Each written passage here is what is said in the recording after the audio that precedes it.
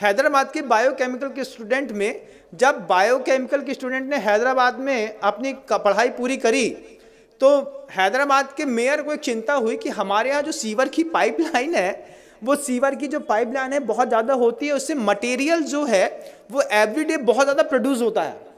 तो मटेरियल को डिसॉल्व करने के लिए उनके पास कोई स्पॉट या कोई चीज़ दिखाई नहीं दे रही थी। आप क्या सोचते हैं कोई क्या कर सकता है?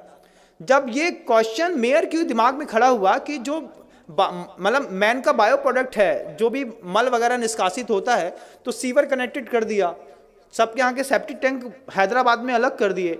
अब कनेक्टिविटी बना करके सीवर की पाइपलाइन से पूरे हैदराबाद का जो मल है वो एक जगह पर स्टोर होता था, तो उसको ख़त्म करने के लिए क्या दिमाग कोई चलाएगा? तो बायोकेमिकल के स्टूडेंट ने उसमें लिक्विड क्लोरीन डाल करके उस पीले को वाइट कर दिया, और पीले को वाइट करने के बाद उसमें से उसकी स्मेल गायब कर दी।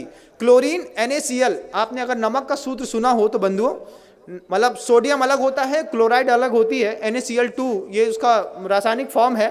और जहाँ हम रहते थे पहले HGM, वहाँ पे Hukumchand jute mill and industries, और मतलब नमक से क्लोरीन बनाने का प्रोसेस वहीं पे होता था। लिक्विड क्लोरीन होती है, पाउडर फॉर्म में क्लोरीन होती है, गैस फॉर्म में क्लोरीन होती है, और सब अलग अलग चीज़ों में काम आती है। जो बांस के पेड़ होते हैं उसको साफ़ करने के लिए लिक्विड क्लोरीन काम आती है, जिससे आपका पेपर बनता है और जो बिल्कुल वाइट हो जाता है।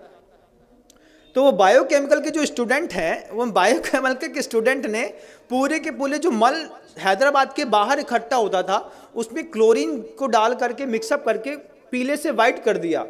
फिर जो वो पूरा एक पेस्ट के रूप में था उसको ड्रायर में डाल करके सुखा दिया, उसका पाउडर फार्मिंग कर दी।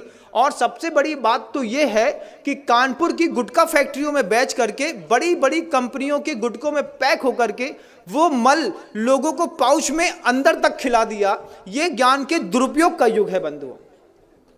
आपको आश्चर्य होगा, लगता है ना कि हम जिस कंपनी का गुटखा खाते हैं ये तो बहुत फ्रेश है और बढ़िया है।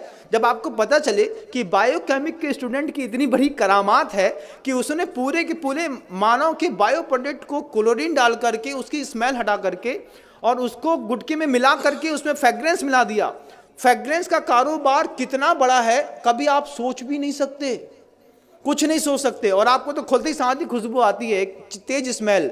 आप किसी भी कंपनी के गुटके को 5 मिनट के लिए एक पानी में डाल दीजिए, थोड़ी देर उसको हाथ से मसल के देखिए, फिर आपको पता चलेगा, जब इसकी स्मेल हट जाएगी फिर उसको खा के देखिए, तब पता चलेगा कि हम अपने मुंह में क्या खाते हैं। उसमें चूना और कांच दोनों मिलाया जाता है कि कांच से बारीक कांच का पाउडर रहता है जिससे आपकी जबान थोड़ी सी कटती है, और चूना उसके ऊपर लगता है तो आपको थोड़ी सरसराहट सी होती है। इसके चक्कर में आप बार बार माउथ फ्रेशनर के रूप में ऐसे पाउच के प्रोडक्ट खाते हैं। बायोकेमिक के स्टूडेंट ने पूरा का पूरा मानव मल उठा करके पाउचों में पैक करके कानपुर की गुटखा फैक्ट्री में जा करके एक बार ऑब्जर्वेशन तो करिए बंधुओं, तब समझ में आएगा ये गुटखा खाने वाले लोग सुबह सुबह मानव का मल खा करके अपनी जिंदगी की शुरुआत करते हैं। ये बायोकेमिक के स्टूडेंट का कमाल है। हड्डियों का ढेर मिलता है, दुनिया भर की चीजें मिलती हैं। स्मॉल स्केल इंडस्ट्रीज, 3 शब्द याद रखिएगा। क्या? स्मॉल स्केल इंडस्ट्रीज, ये 3 शब्द याद रखेंगे तब आपको पता चलेगा कि स्मॉल स्केल इंडस्ट्रीज के चक्कर में कैसे यूरिया से, साबुन से, शैम्पू से दूध बनाते हैं, कैसे सड़ी हुई चीज़ों से अच्छी पिज़्ज़ा बर्गर बनाते हैं और आपको खिलाते हैं। जो हमारे यहाँ का व्यंजन ही नहीं था वो सब हम आप खा रहे हैं, वो सब कुछ कर रहे हैं। ये